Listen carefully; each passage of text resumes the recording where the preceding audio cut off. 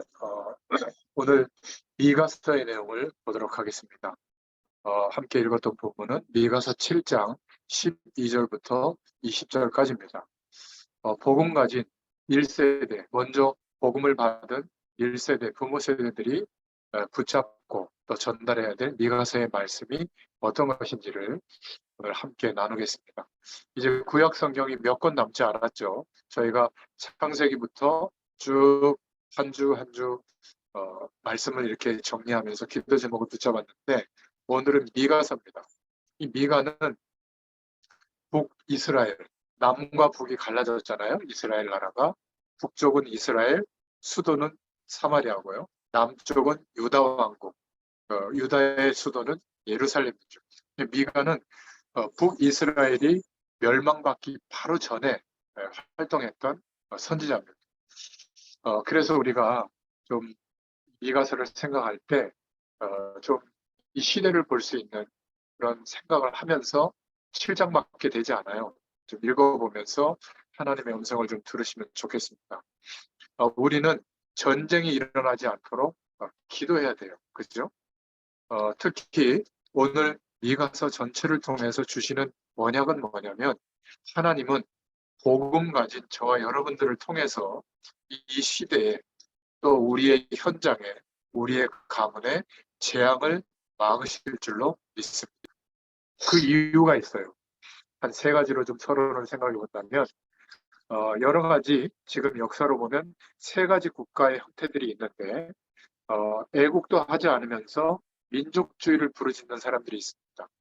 지난 시간에 요나서를 말씀드리면서 왜 요나가 하나님의 말씀이 임했는데도 불구하고 순종하지 않고 또 억지로 전도했더라도 니느웨 성이 회개하면 기뻐해야 될 텐데 왜 하나님께 화를 냈을까? 그게 바로 보이지 않는 살아가는 그 나라의 그 이스라엘 백성들의 지식 속에 있었기 때문이에요.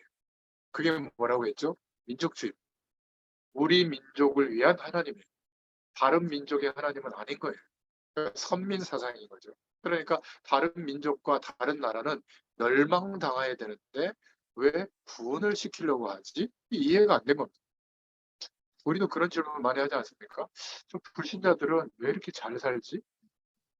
행복해 보이지? 나는 이렇게 예배 잘 드리고 기도하고 이러는데 왜 우리는 경제적으로 월등하지 못하고 사회적 위치도 그렇지 못하고 우리 가정에 어려움들이 있지? 저것들은 다 어떻게 지옥 가야 될 백성인데 그러니까 이런 생각 예를 들면 지금 뭐 동성애 하는 사람들은 다 죽어야 되고 공산주의는 다 죽어야 되고 그런 거 있지 않습니까? 또 뭐 수구 보수 꼴통 이런 것들은 다 죽어야 되고 제가 볼 때는 예수 믿어도 그런 생각을 할 수 있거든요. 그러니까 우리 민족이 다고 우리 교회만 좋고 다른 교회는 복음이 없고 나만 복음을 알고 있고 다른 사람은 모르고 이게 전부 민족주의에 대한 생각이거든요. 하나님은 역사적으로 한 번도 이런 사람들, 이런 나라를 복음화에 쓰신 적이 없어요. 그래서 하나님께서는 요셉과 모세를 애굽으로 보내신 거죠. 그 민족주의로 형성되어져 있던 부모 품에서 떠나게 한 겁니다. 또 어떤 나라가 있냐면 국가가 패권주의를 지향하는 국가가 있어요. 아수르 제국 같은 국가인데 여러 나라들과 함께 가는 게 아니라 모든 나라들을 집어삼키려고 하는 패권주의입니다. 이 사람들은 전쟁만 일으키고 분쟁만 일으키지 결국은 모든 것들을 쳐부수고 자기 밑에 복종시키는 거거든요. 그러니까 사람들 중에도 함께 하려고 하는 사람이 있는 반면에 모든 사람보다 내가 경쟁에서 이기고 짓밟고 일어서서 그 사람들을 내 발밑에 두고 막 어떤 권력과 힘으로 누르려고 하는 이런 사람들. 그러니까 역사적으로도 그렇고 국가적으로도 그렇고 개인적으로도 그렇고 이렇게 패권주의 국가가 있어요. 한 번도 하나님 쓰신 적이 없어요. 오히려 이 패권주의 국가가 망했죠. 또 어떤 국가가 있냐면 통합주의 국가가 있습니다. 이 통합주의를 지향하는 국가는 그때그때 이익만 되면 기준도 없어요. 그냥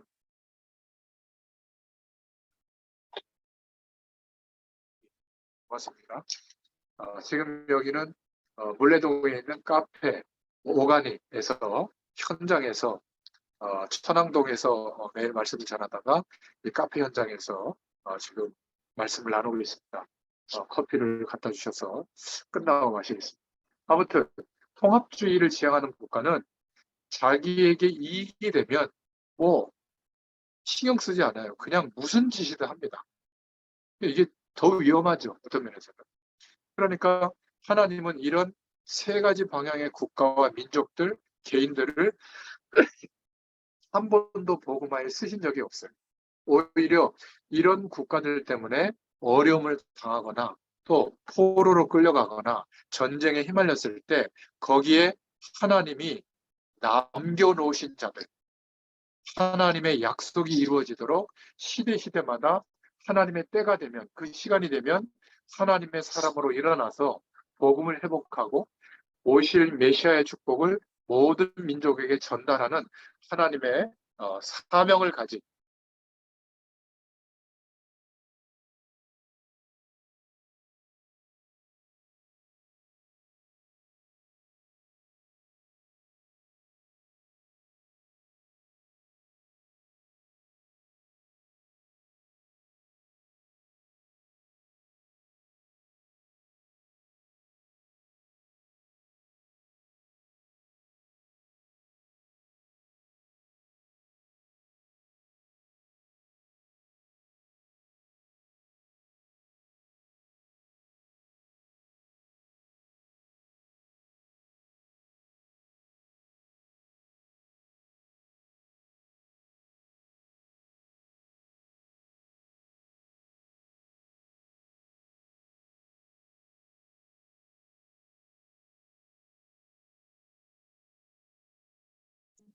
저것들은 다 이방인이다 이런 적이 있어가지고 그 이스라엘의 수도 사마리아를 거쳐서 북이스라엘에 갈 때 남유다 사람들은 사마리아를 거쳐서 가지 않고 돌아갔어요. 며칠을 걸려도. 그리고 사마리아 여인 나오잖아요. 아주 그냥 이방 취급을 하는 겁니다. 이러니까 늘 남북 분쟁이 일어났고요. 그러다 보니까 이념 분쟁이 계속됐어요. 친애구파가 있었고, 친아수르파가 있었고, 국가 안에, 그리고 친바벨론파가 있었어요. 또 친아람파도 있었어요. 아니다, 우리만 옳다. 또 이런, 그러니까 늘 이념 때문에 분쟁을 했고요. 12지파가 가나안 땅에 땅을 분배해서 하나로 뭉쳐져 있던 게 이스라엘 나라였잖아요. 가나안 땅에. 근데 12지파가 그 지역을 가지고 자기 땅을 가지고 항상 분쟁하고 서로 더 가지려고 했어요. 자, 이런 상태니까 하나님의 예언과 명령이 선지자들을 통해서 임하는데도 그 말씀을 따라갈 여력이 없는 거예요. 우리가 생존하느라고, 세상살이를 하느라고 태어나서 배우고 경험한 그 지식의 배경이 눈에 보이지 않게 우리의 인생을 끌고 가고 있을 때는 그 속에서 살아가느라고 말씀을 언제 붙잡죠? 힘들어졌을 때. 심각한 문제가 왔을 때만 말씀을 붙잡고, 그것도 말씀이 우리에게 말씀하시는 하나님의 음성을 들으려고 하는 게 아니라 내가 지금 기대하고 있는 쪽으로 이 말씀이 응답되는 어떤 중요한 내용이 되지 않을까 해서 붙잡는 거예요. 엄밀히 보면. 그러니까 10년, 20년, 30년을 신앙생활해도 말씀을 통해서 하나님이 우리에게 말씀하고 있는 내용을 모를 가능성이 많아요. 제가 현장에서 이렇게 말씀 심부름을 하다 보니까 오래된 신자인데도 예수님은 이름이고 그리스도는 성으로 알아요. 외국 이름이니까 예수님이. 예수님이 하신 그리스도의 일이 아니라 그냥 예수 그리스도의 이름으로만 알아요. 그리고 예수님은 병 고쳐주시고 문제 해결해 주시고 잘 되게 해주시고 막 그런 분이에요. 언제든지 내가 힘들 때 위로해 주시고 힘 주시고 사랑을 베풀어 주시고 다 맞는데 그럼 어떻게 되죠? 예수님이 하신 그리스도의 의와 그 축복이 유일한, 그리스도의 필요성이 유일하게 붙잡아지지 않고 그냥 여전히 세상살이 하는데 필요한 어떤 내게 도움을 주는 말씀 정도밖에 안 되는 거예요. 그러면 어떻게 될까요? 이런 분쟁이 왔을 때 또 빨려 들어가는 거예요. 그러니까 우리나라도 지금 남북으로 분쟁을 하고 있죠. 남북만이 아니죠. 동쪽은 어디입니까? 어, 동쪽은 경상도인가요? 서쪽이 전라도인가요? 동서가 막 분쟁하고 있죠. 게다가 뭐 보수니 진보니 이념 분쟁을 하고 있죠. 거기다가 막 지역마다 이제는 막 그런 이권들을 가지고 막 싸우고 있죠. 근데 여기에 너무나 무서운 것이 사단의 전략이거든요. 왜냐하면 우리나라가 얼마나 하나님의 계획 속에 있고 얼마나 전도와 선교를 위해서 쓰임받을 나라인지 하나님이 축복하시는 나라인지를 알고 사단이 이렇게 싸우도록 하는 겁니다. 예수 그리스도라고 하면서도 복음이라고 하면서도 이념이 얼마나 무서운가 하면 그리스도보다 더 높아요. 그래가지고는 결국에는 어떻게 되죠? 결국에는 여기 물이 있습니다. 결국에는 이념을 가지고 서로 막 죽일 듯이 막 미워하는 이런 분쟁이 지금도 일어나고 있잖아요. 그러니까 이게 사단의 작품이라는 것을 모르고 복음보다 이런 분쟁거리들을 더 한쪽에 치우쳐가지고 막 하고 있는 겁니다. 그래서 하나님의 남은 자들이 복음 안에서 일어날 때 이런 분쟁도 국가적인 어떤 착각도 이런 것도 없앨 수 있는 하나님과 함께하는 축복을 누리는 문화가 시작될 줄로 믿습니다. 그래서 우리는 세 가지를 분명히 알아야 해요. 영혼을 사랑하는 축복이 있기를 바랍니다. 이것은 뭐냐면 하나님이 우리에게 그리스도로 말미암아 구원해 주신 축복이 무엇인지를 정말 아는 사람은 이 세상의 축복의 조건들보다 행복해지는 조건보다 이 구원이 얼마나 엄청난 축복인지를 알고 경험한 사람은 영혼을 사랑하는 마음을 갖게 돼 있어요. 이거는 전도하라는 말이 아닙니다. 영혼이 안타까워요. 그리고 애국도 안 하면서 막 국기 들고 다닌다고 나라 사랑하는 게 아니죠. 진짜 나라를 사랑하는 길이 뭐죠? 흑암 세력이, 마귀의 세력이 하나님 없어도 살만하다. 이런 문화로, 이런 인생관과 세계관으로 완전히 자리 잡고 있거든요. 여기 주차하고 걸어와 보니까 거의 뭐 이게 상가 지역이더라고요. 여기 사람들은 무슨 생각으로 살까요? 돈. 하여튼 막, 어쨌든 막 성공, 손님들 더 많아지고 막 잘 팔리고 말이죠. 이런 생각 아니겠어요? 근데 개인의 내용을 가만히 인생을 들여다보면 아마 절망 속에 살아갈 겁니다. 그러니까 안 할 수는 없고 말이죠. 특히 이제 코로나라고 하는 3년 반 기간 동안에 이 자영업자들이 굉장히 어려웠을 거예요. 하나님이 함께 하시는 축복, 그 속에서 정말 이 모든 것이 하나님의 은혜다. 이런 중심으로 살아가는 사람들에게는 광야도 하나님의 품이고요. 그죠? 기근 들었을 때도 100배의 축복이 오고요. 왜? 언약 성취의 길을 걷고 있기 때문에.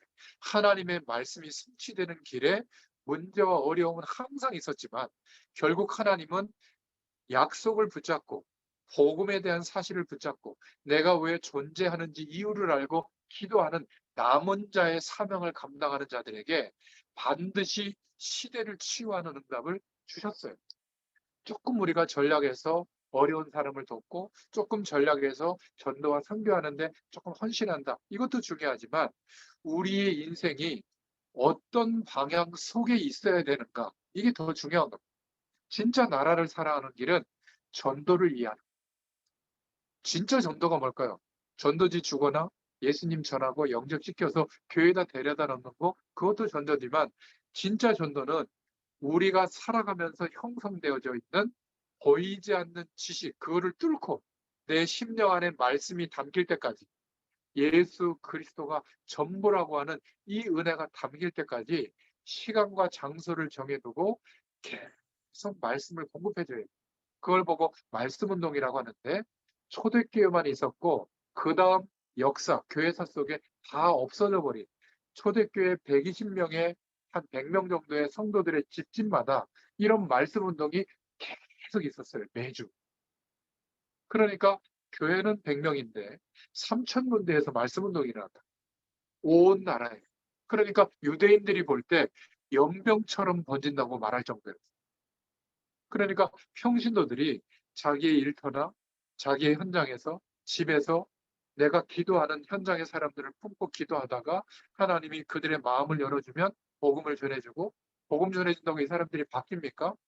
복음이 모든 것이라고 하는 고백이 나올 때까지 섬기면서 겸손하게 말씀을 전해주는 이 일이 초대교회 때만 있었어요. 지금은 교회에 가서 예배드리면서 목사님이 설교하는 내용만 가지고 더듬어서 알려고 하니까 한 주일의 삶에서 느끼는 그런 어마어마한 흑암이 덮치고 있는 그 현장에 하나님 없어도 살만하다는 문화적 배경이 이제는 핸드폰으로 시시각각 다 들어오고 있는데 어디에 있어서도 그 문화의 배경을 따라가잖아요. 지하철 한번 타보세요. 이러고 있습니다. 이거 꼭 그리고 한 명도 저처럼 이러고 있는 사람 없어요. 제가 이상하더라고요.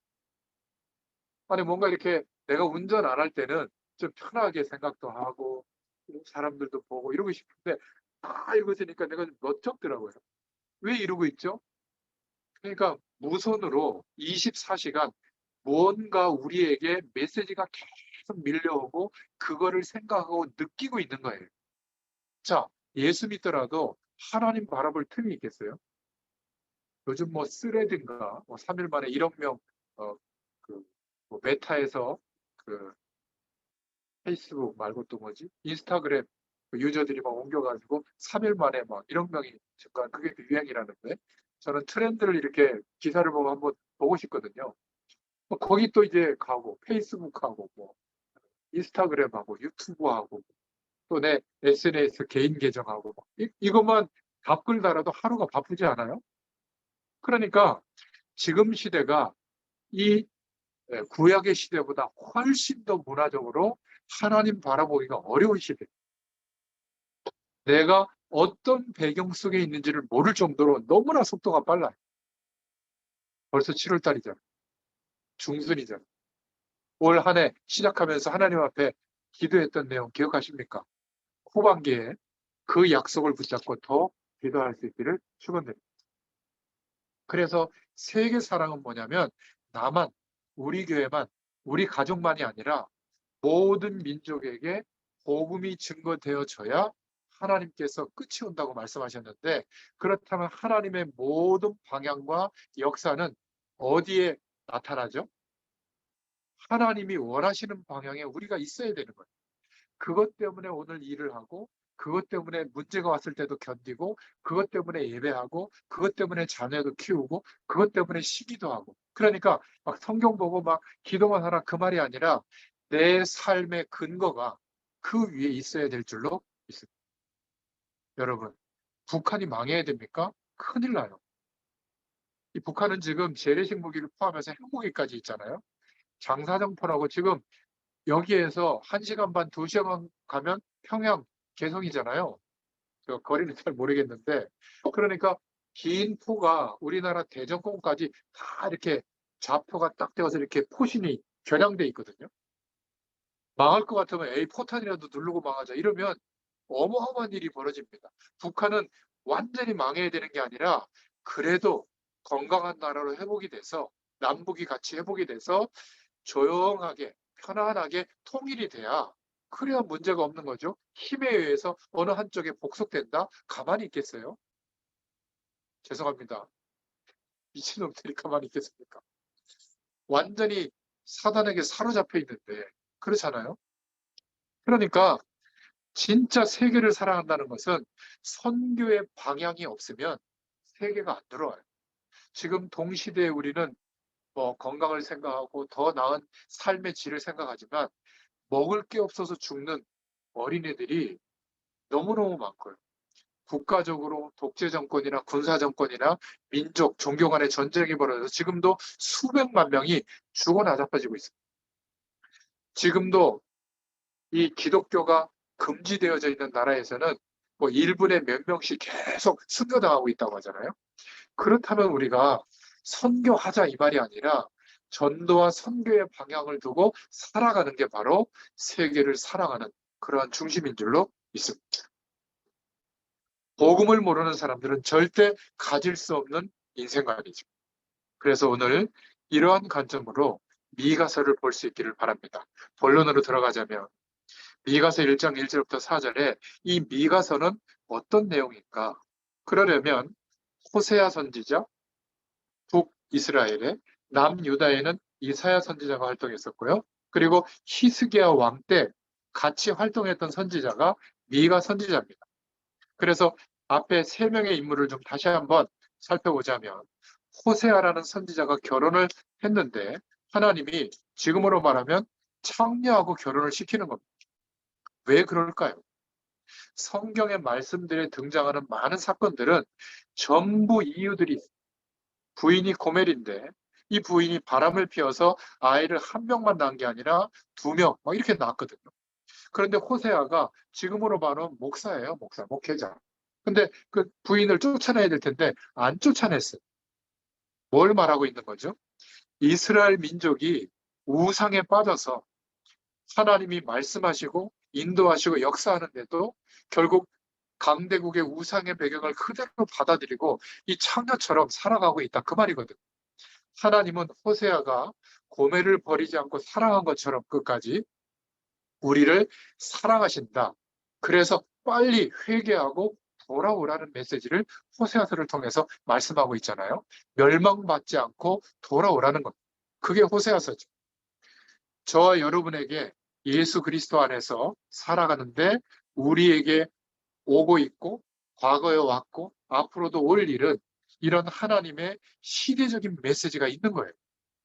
여러분 이 산업 현장에서 복음의 이유를 가지고 하나님이 원하시는 방향을 두고 인도받고 있는 산업인들 몇 명이나 될 것 같습니다. 그런데 이 남은 자들이 하나님의 방향 말고 성공 위주로 가면 어떻게 될까요?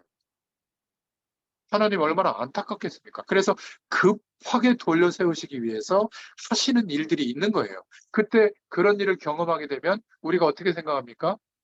왜 나에게 이런 일이, 내가 하나님을 바라보는데, 근데 그런 일이 아니에요. 구약의 모든 말씀은 멸망의 메시지거든요. 그렇지 않습니까? 네. 근데 진짜 메시지는 뭐죠? 멸망당하지 말고 빨리 돌아오라는. 그러니까 왕정 국가를 이루고 나서부터는 왜 가나안 땅에 정착하고 살고 있느냐? 오실 메시아를 전달해야 될 사명이 너희들에게 있다. 그런데 이스라엘 백성들은 거기에는 전혀 관심이 없는 거예요. 그래서 하나님은 계속 멸망을 선지자들을 세워서 예언하고 있는 겁니다. 지금 선지자들을 이 구약 후반부에 보고 있는데 안 듣죠. 정말 무모할 정도로 안 듣죠. 왜 그럴까요? 참 이해할 수 없는 일입니다. 보이지 않는 지식에 사로잡혀서 하루 24시간이 우리에게 주어지는데 하나님의 말씀을 묵상하고 깨닫게 하시는 내용을 좀 적어보고 그것을 하루를 살아가면서 생각해보고 기도해보고 이거 쉬운 거거든요. 근데 이게 잘 안 돼요. 왜 안 될까요? 뭔가 우리가 하루를 살아가면서 더 중요한 것들에 마음을 두고 있는 거예요. 바로 밑어져, 바로 밑. 하루를 살아가는데 물 떠나 있는 물고기처럼 물 밖에 있는데 안타까워하는 상황이 안 되는 거예요. 오히려 막 예전에 기억 안 나요? 막 재미있고 막, 막 기쁘고 말이지. 막 뭔가 이렇게 더 막 그러고 싶고 말이지. 뭐 그런 문화들이 얼마나 많아요. 그런데 혼자 자기 인생을 대면할 때는 어땠어요? 허무하지.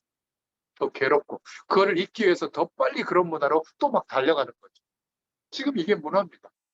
그래서 하나님이 미가 선지자를 세웠는데 호세아는 이사야는 어떤 일을 했냐면 계속 우상에 빠진 이스라엘에게 복음을 깨달으라고 만약에 회개하지 않으면 이스라엘 나라는 멸망할 거다. 저 바벨론 제국이 와서 포로로 다 끌고 갈 거다. 이렇게 예언을 전달하니까 아니 이게 친바벨론파야? 이러면서 땅에 묻어놓고 목만 내고 계속 톱으로 켜서 죽였어요.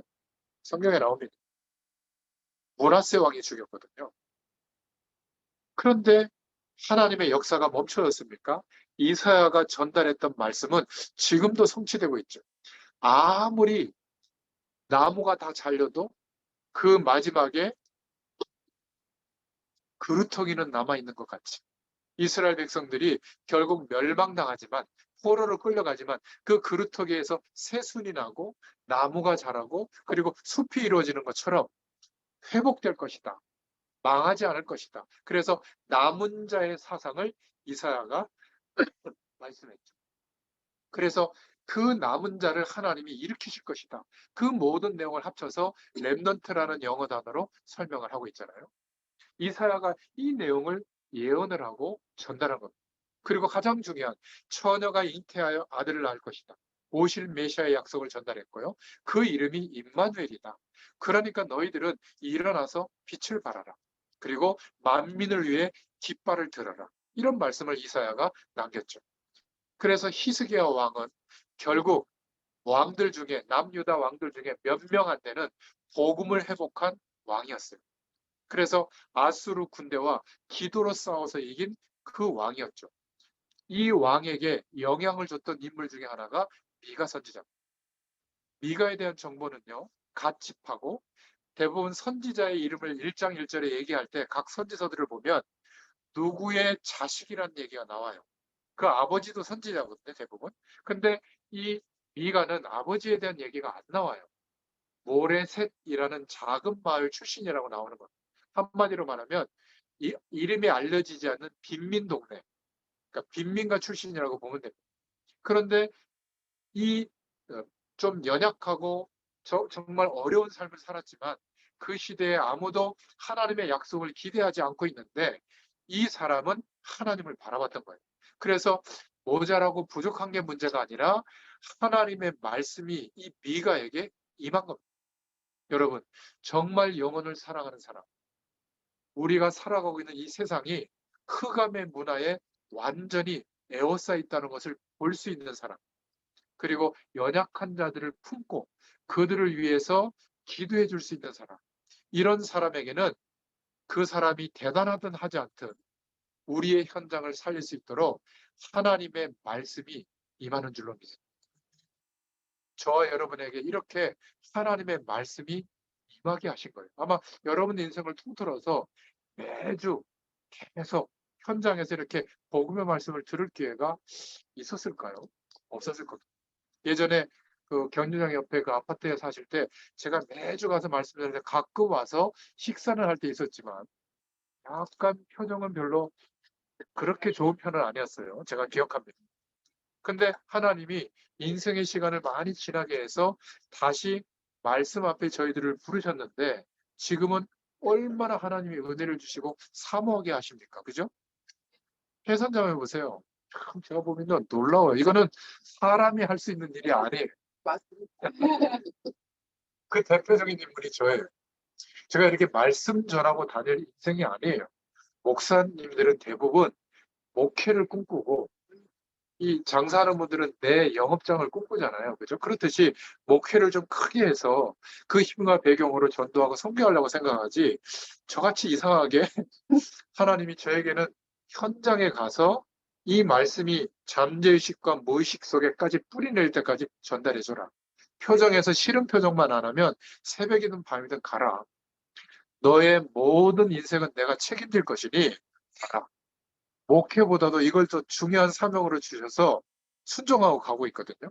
근데 때로는 아무 의지할 배경이 없다 보니까 하나님이 내 배경이 돼서 기쁜데 저도 인간이지 않겠어요? 때로는 어, 제가 목사안수 받은 지도 꽤 됐거든요. 그러다 보니까 뭔가 이렇게 중요한 일을 해야 될 때는 좀 할 수 있는 배경이 있어야 되는데 없어요. 또 자녀들이 이렇게 커가는 걸 볼 때 뭔가 역할을 해줘야 되는데 자녀들이 건강하게 크긴 하지만 좀 막 아르바이트 두세 개 하는 거 이런 거 볼 때 좀 안쓰럽기도 하고 또 사역적으로도 뭔가 이건 하나님의 뜻이라고 해서 펼치고는 싶은데 그걸 하나님이 허락해줘야 하는 거 아니에요? 이런 제약이 있을 때 또 뭔가 이렇게 외로움이 오거나 좀 이렇게 뭐라고 그래야 될까요? 아무도 안 알아주는 것 같은 막 이런 생각이 올 때가 있거든요. 그러니까 여러분 같은 분들을 만나면 얼마나 힘이 되는지 몰라요. 기도해 주시잖아요. 그걸 제가 느끼거든요. 반찬 조금 해주는 거 그거 매일 먹으면서 야 정말 지극정성이시다. 고맙다 이 얘기가 아니라 이렇게 내가 뭐라고 주의 종을 생각하면서 이 가족들까지 이렇게 생각하실까. 이게 보이지 않는 힘이 되고요. 또 여러분들이 헌신해 주시고 그렇게 섬겨 주시는 그것 때문에 제가 30년 가까이 현장에서 이 말씀 전하는 일을 어려워서 중단하지 않고 인도받고 있는 겁니다. 복음 때문에 이렇게 기도하고 함께하는 그 소수의 사람들이 함께 이 복음 운동에 하나님께 쓰임받고 있는 줄로 믿습니다. 이 미가가 연약했지만 하나님의 말씀을 대언한 겁니다. 그것도 지도자들에게, 부자들에게, 선지자들에게, 왕에게 선포한 거예요. 요담, 아하스, 히스기야 왕 통치 때 활동했거든요. 사마리아의 멸망을 예언했고, 북이스라엘은 호세아 선지자가 있었고, 남유다에는 이사야 선지자가 활동했는데 같은 시대에 활동을 했습니다. 네 가지 예언을 했는데 심판과 구원을 예언했고, 그리고 우상 숭배를 경고했고, 깨닫는 자에게는 이전보다 더 큰 영광, 참 이스라엘의 영광이 임할 것이다. 그리고 성전은 파괴될 것이고 국토는 폐허될 것이다. 이런 예언을 했어요. 자, 내용적으로 미가서 1장 5절부터 2장 13절에 보면 두 번째로 사마리아와 유다의 멸망이 나오는데요. 영혼을 사랑하고 그리고 나라를 사랑하는 참 전도의 축복을 깨닫고 세계를 사랑하는 선교의 축복을 깨닫고 체험하지 않으면 오는 상황이 멸망의 상황이 오는 겁니다. 그러니까 왜 이스라엘이 하나님이 택했는데도 이런 멸망이 계속 올까? 원인을 알고 지나가야죠. 사사들을 14명을 세워서 우리가 사사기를 읽었을 때 그때도 반복되는 실패 속으로 계속 7번인가요? 역사가 계속 움직이잖아요. 회개하고 또 나아지면 하나님 축복하면 또 타락하고 우상 섬기고 또 회개하고 하나님의 진노가 임하면 회개하고 계속 반복됩니다. 결국 사사시대에도 하나님의 약속을 붙잡지 못하고 어떻게 됐죠? 맨 마지막 구절이 각자 자기의 옳은 소견대로 행하니라. 이게 사사기의 결론이에요. 요나서도 뭐죠? 하나님이 역사했는데도 원망하는 게 결론이에요. 신기하지 않습니까? 참 저는요, 복음 앞에서 우리 자신을 비춰볼 때 우리도 별반 없구나.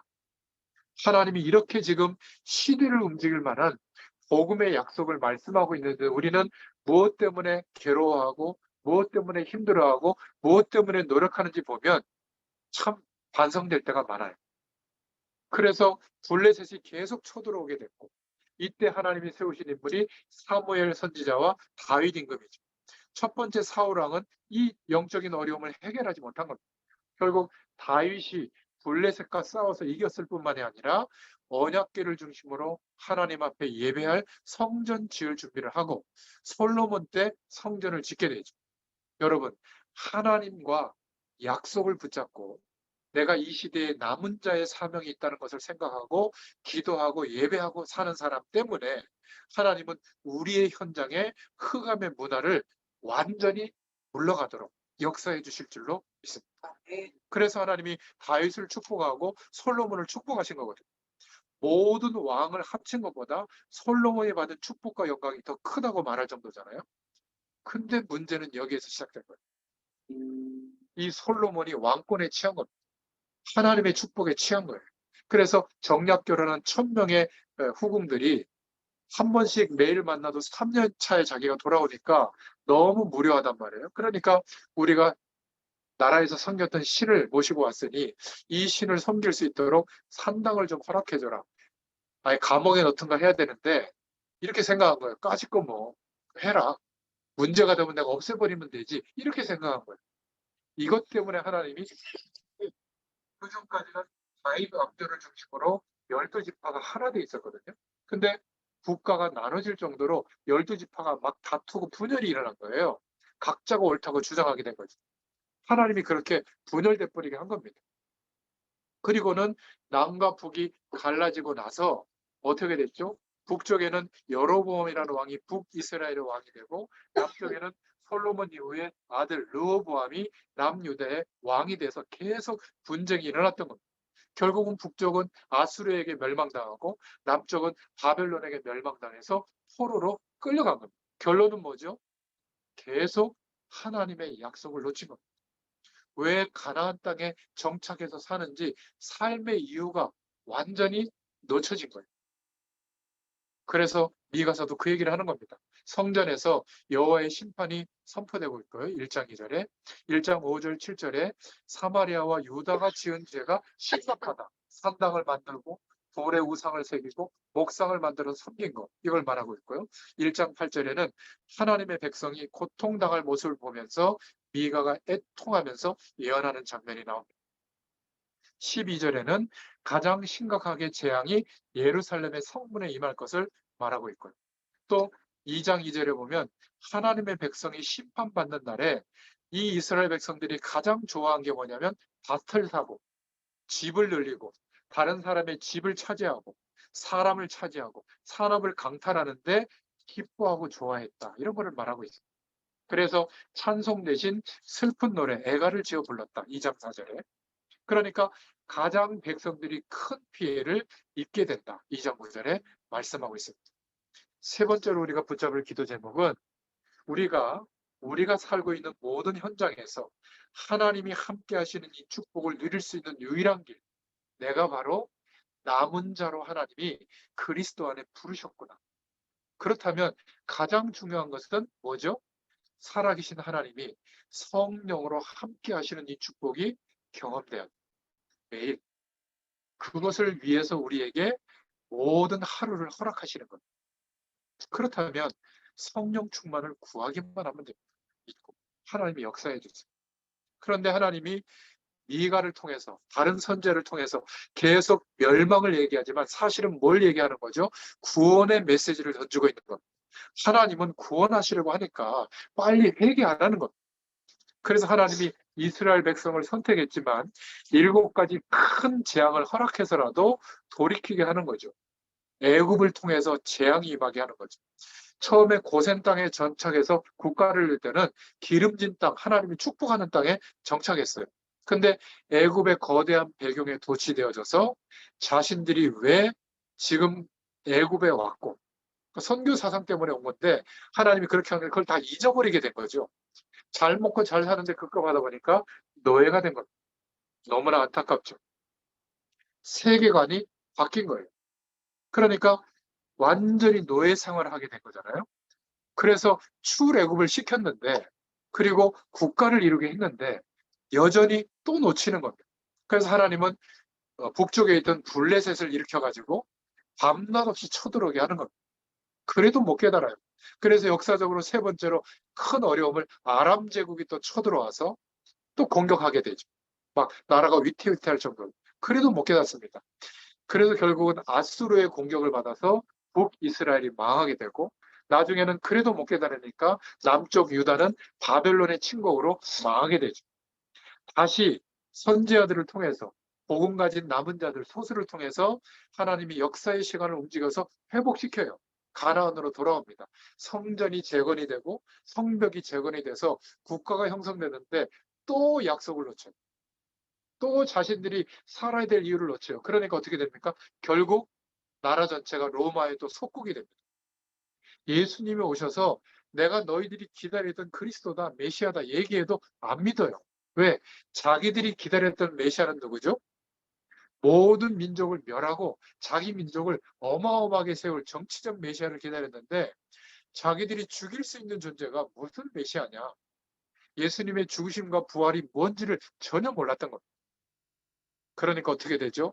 역사적으로 이렇게 비참하게 학살당한 역사가 없을 정도로 유대인들은 2000년 동안 후대들이 유리방학하다가 겨우 국가를 회복해서 또 쉐마, 토라, 탈무드를 가지고 막 열심히 노력하게 해가지고 전 세계 정치, 경제, 사회 문화를 장악하고는 있는데 아직도 예수님이 그리스도라고 인정하지 않아요.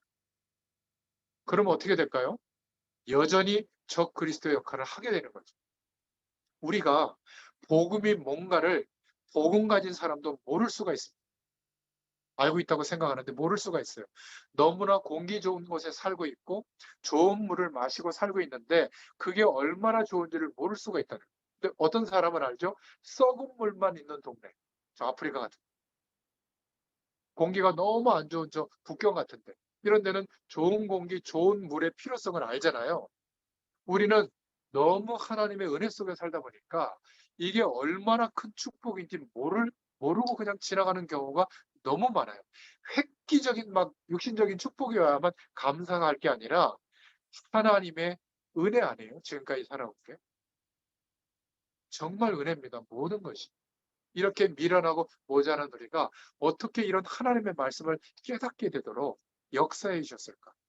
지금까지 지내온 것 주의 크신 은혜라 아니 없는 주의 사랑 어찌로 말하랴 자나깨나 주의 손이 항상 살려 주시고 모든 이 주 안에서 형통하게 하시네.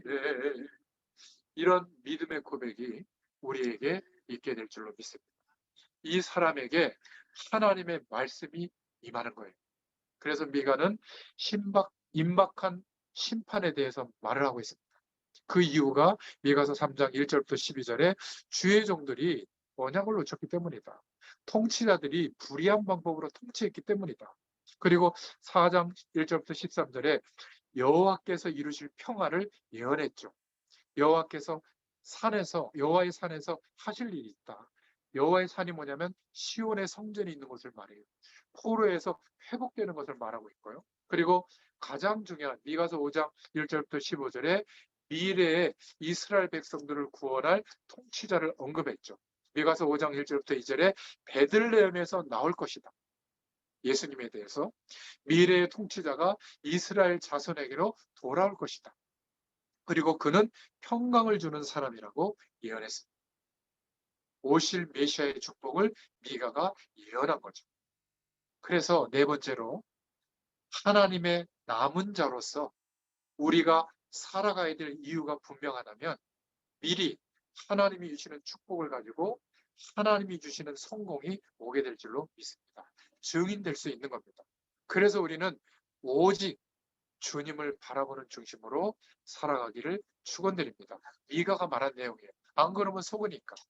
왜 창조의 빛을 얘기했고 여호와의 날이 온다, 회복된다 얘기했습니까? 그죠? 우리는 말씀에 대한 어마어마한 능력을 늘 체험해야 되는데 이거를 놓치고 사는 때가 많기 때문에 여러분 제가 부탁한 대로 꼭 조금 일찍 일어나서 묵상해 보세요. 여러분 섬기는 교회 주일 강단의 말씀을 붙잡고 하나님의 음성을 들으려고 기다려보면 하나님이 나에게 하실 말씀을 깨닫게 해주세요. 그걸 단어로나 주제 문장으로나 적어놓고 하루를 살아가면서 계속 생각하고 기도해 보세요. 하나님께서 이래서 이렇게 말씀하셨구나 알게 하실 겁니다. 이런 내용을 가지고 몇 달, 1년, 2년 지나가 보면 영적인 눈이 띄어집니다. 그렇게 대단하게 중요했던 것이 별로 그렇게 중요하게 여겨지지 않아요. 하나님의 말씀과 이 은혜가 중요하게 될 줄로 믿습니다. 만약에 이런 축복을 모르고 사명을 감당하고 노력하잖아요. 어려워질 거예요. 이 축복을 모르고 막 선교 정신을 불어넣으면 선교해야 돼. 막 이렇게 또 원도 이런 거 사러 가다 보면 어려운 나라들 보니까 그 나라 선교해야 돼. 돈을 가지고 하거나 우리의 어떤 달란트를 가지고 할 수 있죠. 아니에요. 선교는 누가 하신다고요? 하나님이 하시는 것을 믿어야 돼요. 그래서 이 믿음이 와야 나의 일이 하나님의 손에 들려지게 되거든요. 그게 사명을 감당하는 거지. 저는 전에 제가 열심히 해야 되는 줄 알았어요. 착각이었어요. 내가 하나님을 돕는 거예요. 거꾸로 된 거죠. 하나님이 우리를 도와줘야 돼요. 그죠? 기억하셔야 됩니다. 영혼 구원, 전도, 선교는 하나님의 일이에요. 하나님이 하십니다. 감사하게도 나의 인생이 하나님의 하시는 일과 연결되어져서 살고 있다면 하나님의 축복이 나타날 수밖에 없죠. 그런 은혜 갖기를 축원드립니다. 이스라엘의 재앙을 예언했어요. 7장에. 먹을 과실이 없을 것이다. 악을 행하는 자만 있을 것이다. 형벌의 날이 오는 이유 이걸 설명하면서 곧 아수르 제국에 의해서 멸망당할 건데 북이스라엘 사람들아 제발 사람을 의지하지 마라. 그게 뭐가 도움이 되겠냐. 가족도 원수가 된다. 가족을 나쁘게 표현한 게 아니라 가족이 답이 되겠냐 그 말이에요. 멸망이 오는. 그래서 이 언약을 붙잡고 회복하면 7장 7절부터 11절에 참 이스라엘의 축복을 회복시켜 줄 것이다. 오직을 아는 자에게 주시는 축복, 여호와의 빛이 되는 자에게 주시는 축복, 7장 7절부터 11절에 여호와를 멸시하는 자들에게는 재앙이 될 것이고 여호와를 남은 자의 축복으로 회복하는 자에게는 그날에 지경을 넓혀 주실 것이다. 그러면서 마지막에 14절부터 20절에 기도와 찬양을 드리면서 마무리하게 됩니다. 여러분, 오늘 미가서를 통해서 꼭 결론으로 가져가야 될 기도 제목이 있어요. 여러분은 분명히 이 시대에 우리의 현장에 그리스도의 복음으로 말미암아 예수 그리스도를 믿는 믿음으로 우리를 세워주셨거든요.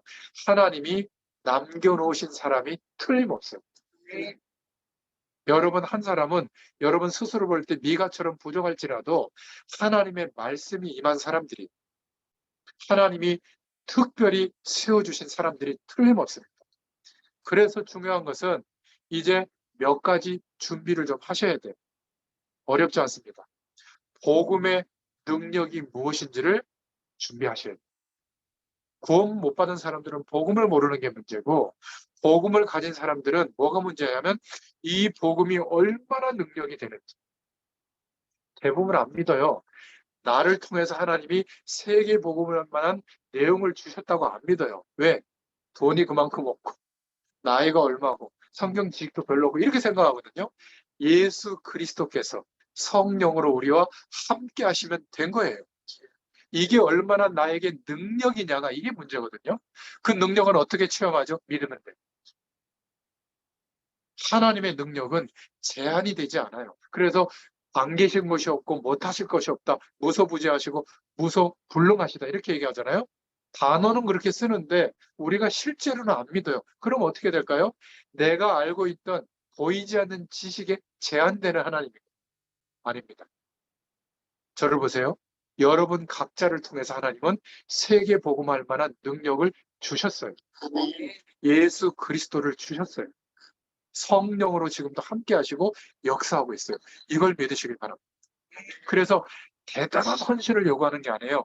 이 감격과 은혜와 능력이 임한 사람은 어떻게 바뀌죠? 용납하는 거예요. 용서해 주는 거예요. 사랑을 실천하는 거예요. 조금 어려운 사람들을 도와주는 거예요. 이 힘을 가지고. 이 힘이 없이 도움은 어떻게 될까요? 의무만 남아요. 지칩니다. 평생 못해요. 목회자가 이렇게 평생 못해요. 지쳐요. 근데 이 사랑과 은혜가 복음의 능력이 경험되고 매일 체험되면 어떻게 될까요? 지속이 되는 거예요. 내 삶이 일심전심 이 카페에서 커피 나르고 손님들 응대하는 게 지겹잖아요. 어떤 때는. 근데 매일 새롭고 이유가 있는 거예요. 복음의 능력이 있습니다. 안 지칩니다. 이런 은혜가 있기를 축원드립니다. 그러면 이때부터 기도를 막 해야 되는 게 아니라 기도의 비밀을 가지게 돼요. 하나님 바라보는 비밀을 소유하게 되는 겁니다. 언제 어디서나 어떤 상황에서도 하나님이 함께하는 축복을 누릴 수 있는 기도의 비밀이 시작이 돼요. 문제가 되겠어요? 조금 문제가 됐다가도 주님 바라보면 금방 회복이 되죠. 이러니까 하지 말라고 해도 전도와 선교의 방향 속에 내 삶이 가게 돼 있어요. 이런 규모를 가지고 살게 되는 겁니다. 자, 이러면요. 내가 열심히 하든 못하든 그거는 개인의 특성이고 하나님이 이때부터 우리가 공부하는 거, 우리가 일하는 거, 우리가 살아가는 삶에 매일매일 하나님이 개입하세요. 그걸 보고 뭐라 그러는지 아세요? 유일성의 축복이 온다 그래요. 사람이 흉내낼 수 없는 응답이 오는 겁니다. 이 오가닉 카페에 이 유일성의 응답이 저는 오는 줄로 믿습니다. 확신하세요. 어느 정도로? 분점이 여러 개 생기고 말이죠. 그들이 연합해서 공익재단을 세울 정도로 기금을 출연할 정도로 전 세계 이 커피 원두가 있는 곳마다 하나님의 복음의 센터들이 세워질 만큼 기도하세요. 하나님이 역사하시면 시작됩니다. 우리가 하면 언제쯤 할까 늘 계산만 하다 끝나죠. 아닙니다. 그래서 서밋이 되는 거예요. 서밋이 되려고 노력해서 되는 게 아니라 하나님이 우리를 유일한 축복이 나타나는 통로가 되도록 역사하실 줄로 믿습니다. 이 사람은 세계 복음화할 힘을 갖고 있는 사람이에요. 이 사람에게 사용하는 명칭이 있어요. 따라해 보세요. 전도제자. 하나님이 사용하시는 전도제자로 쉬운 말로 남은 자의 사명을 감당하게 되는 거죠. 하나님이 저와 여러분을 이렇게 부르신 줄로 믿습니다. 그래서 아무 말 하지 말고 빨리 받으시니까 여러분 하루를 시작하기 전에 또는 마무리하기 전에 잠들기 전에 묵상의 시간을 꼭 가져보세요. 분명히 기도 제목도 깨닫게 될 거고 성경 구절이나 설교 말씀도 붙잡아지게 될 겁니다. 또 살아가는 하루 동안에도 할 수 있어요. 이러면 하나님이 주시는 음성을 듣게 되거든요. 이거를 몇 달하고 1년을 했는데 어떤 역사가 일어나냐면 영적인 눈이 열립니다. 가장 큰 응답. 눈이 어두워졌으니까 자꾸 민족주의, 패권주의, 통합주의 같은 성격을 갖고 눈이 어두워져 버리고 영이 어두워지니까 복음보다 남북 분쟁, 이념 분쟁, 지역 분쟁, 돈 분쟁, 사람 분쟁 이런 거에 휘말리고 있는 거죠. 그러니까 살아가는 모든 일이 하나님이 볼 때 어떻게 해야 돼요? 이 멸망을 줘서라도 회복시켜야 될 만한 틀린 방향에 계속 가고 있었던 겁니다. 우리는 여기에서 해방됐기 때문에 이제 사람들이 무엇 때문에 살고 있는지 보일 거예요. 지적하라는 게 아니라 겸손히 이들을 품고 기도하면서 살리고 치유해 줄 수 있기를 축원드립니다. 저와 여러분이 영적인 힘을 가지고 살아갈 때 전쟁도 끝나게 되고 분쟁도 끝나게 될 줄로 믿습니다. 오늘 이 미가서의 말씀이 여러분의 심령 가운데 담겨질 수 있기를 축원드립니다. 기도하겠습니다. 하나님 감사합니다. 미가서의 응답이 우리의 응답이 되게 하여 주시옵소서. 우리가 연약한 자 같고 보잘것없는 자 같고 또 하나님 앞에서 정말 대단한 인물이 아닌 것 같지만 하나님은 우리 한 사람을 그리스도 안에서 이 시대에 우리의 현장에 남은 자로 세우신 줄로 믿습니다. 하나님께서 이 축복이 실제가 될 때까지 하나님의 말씀으로 인도하심을 감사합니다. 오늘 미가에게 말씀이 임한 것처럼 우리에게도 하나님의 말씀이 매일 임하는 축복을 허락하시는 줄 믿습니다. 이 시대에 우리의 현장에 남은 자로서 증인으로 서게 되도록 역사하여 주시옵소서. 예수님의 이름으로 감사하며 기도드렸습니다. 아멘. 감사합니다.